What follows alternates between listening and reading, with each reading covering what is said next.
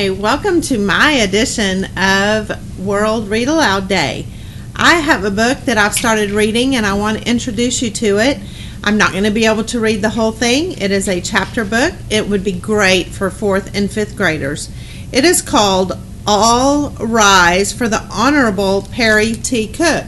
And you can check this out in our library.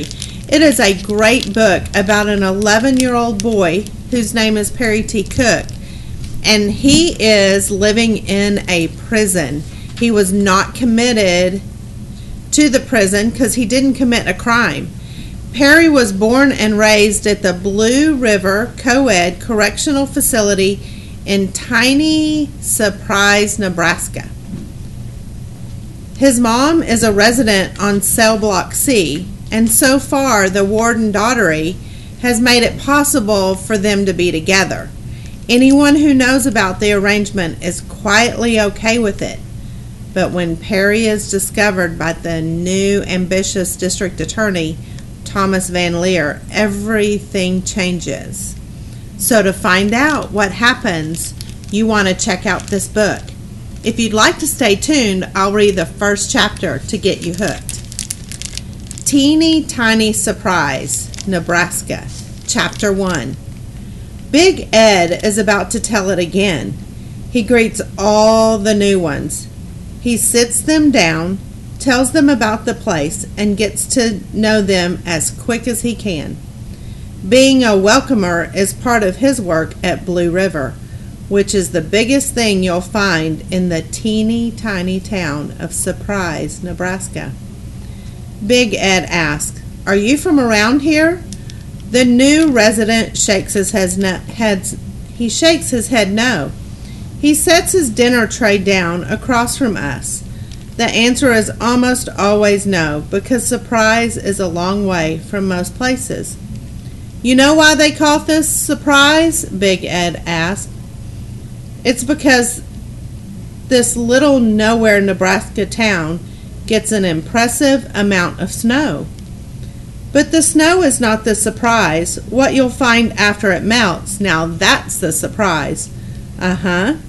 Things you never knew you lost. Of course, I'm talking mostly about folks on the outside. Here on the inside, well, most of us have nothing left to lose. Or it can feel that way.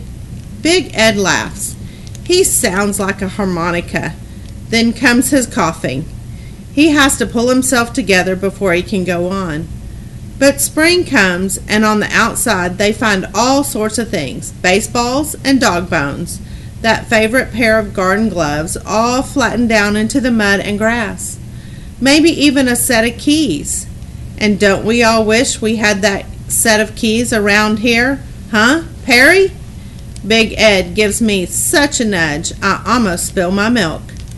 The new res, that's short for resident, listens nicely enough. I wonder how long he's going to be here. Maybe not so long. Depends on what he did. Depends on what's been decided. Sometimes I hear, sometimes they tell me. I never ask. Big Ed tells the new guy, "You'll see so much snow outside these windows, it'll make you forget the grass is green." He always pauses for several seconds right here. Then he says, "Unless, of course, you're doing a cat nap." A cat nap means a short stay. Big Ed leaves a little airtime, waits to see if the new res feels like talking. He might tell him everything about his sentencing.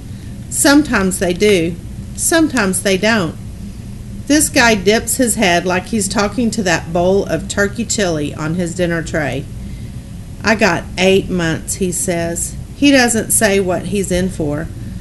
Meanwhile, he keeps eyeing me. Big Ed claps a hand on my shoulder and tells the guy, "This here is Perry T. Cook." I put my hand out. The guy waits.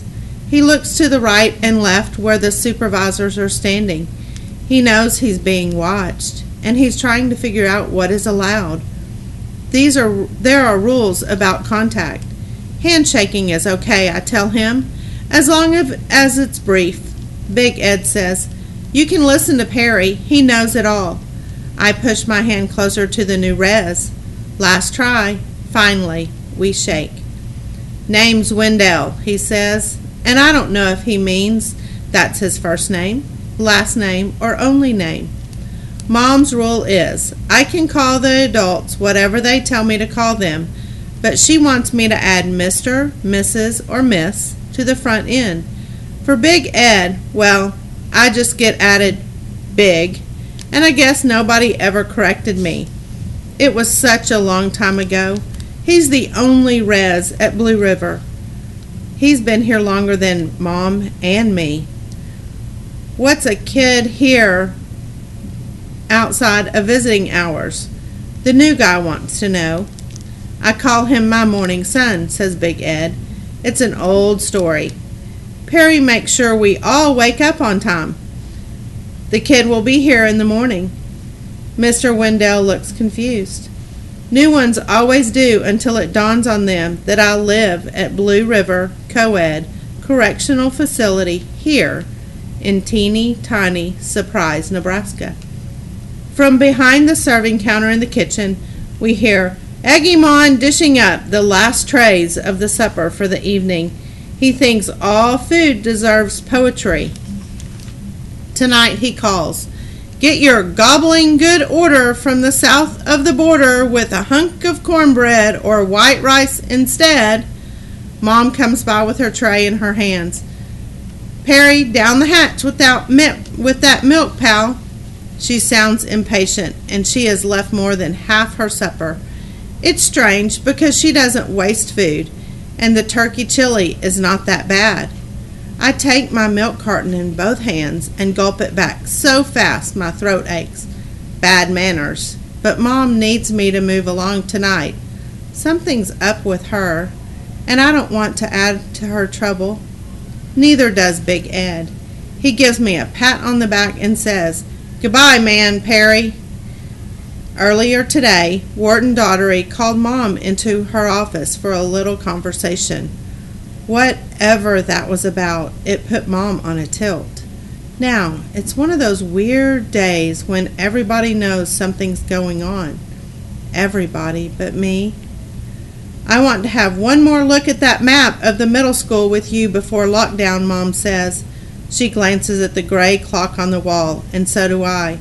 We have to pay attention to the time at Blue River. At 9 p.m., I have to be in my bedroom next to the warden's office off the Upper East Lounge. Mom has to be in her room down at the end of the hall on cell block C. You want to listen more about this story? Be sure to check this out from our library. It's a great book. You'll enjoy it. Thank you.